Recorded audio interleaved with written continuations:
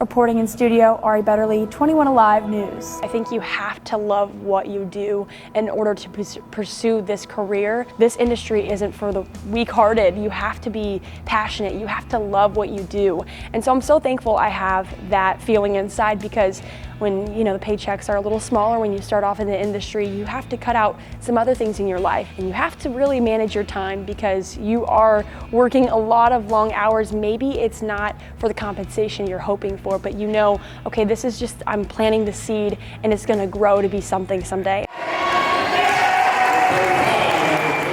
And another big SAC battle tonight, the Bishop Dwenger Saints hosting Southside as the Archers look to add another win to their 15-1 record this season for the boys.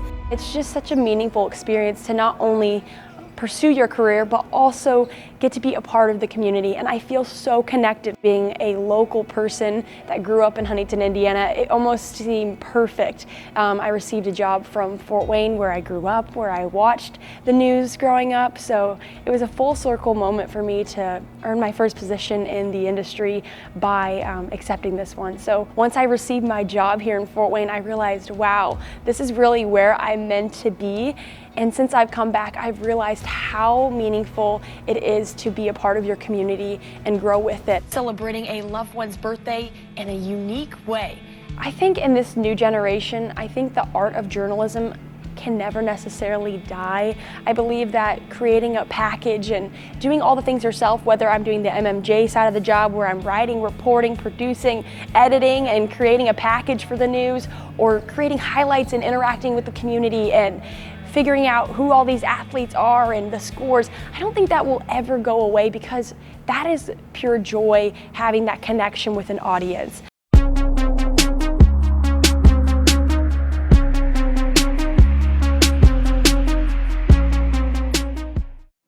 I try to be pretty interactive on all my social platforms. I know, okay, these are the ways that I can still connect with maybe a younger audience, because if they don't watch the news, they might not see per se a package or our highlights or our show. So for me, I like to post on YouTube frequently.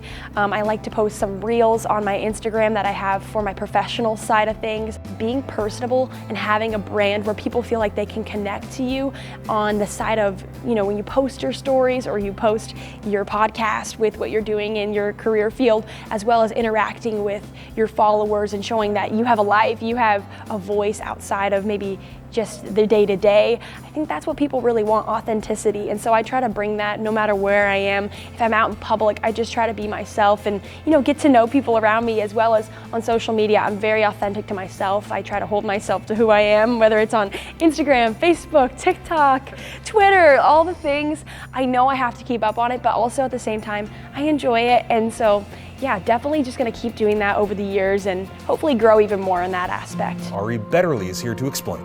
Lyndon Almer, let's talk about cheering on the team. As the cheerleaders, the IU squad has dozens strong, including a few from 21 country. If you really want to do this, if this is what your heart is set to do, I think you give it your all. You don't hold back. You do have to be ready for those things. And so I'm very blessed that I was prepared very well. For me, I think just continuing to push digitally and continuing to share my content on different platforms, whether it is Instagram, TikTok, social media, and trying to just grow that brand personally as well with my career, I think that won't go away.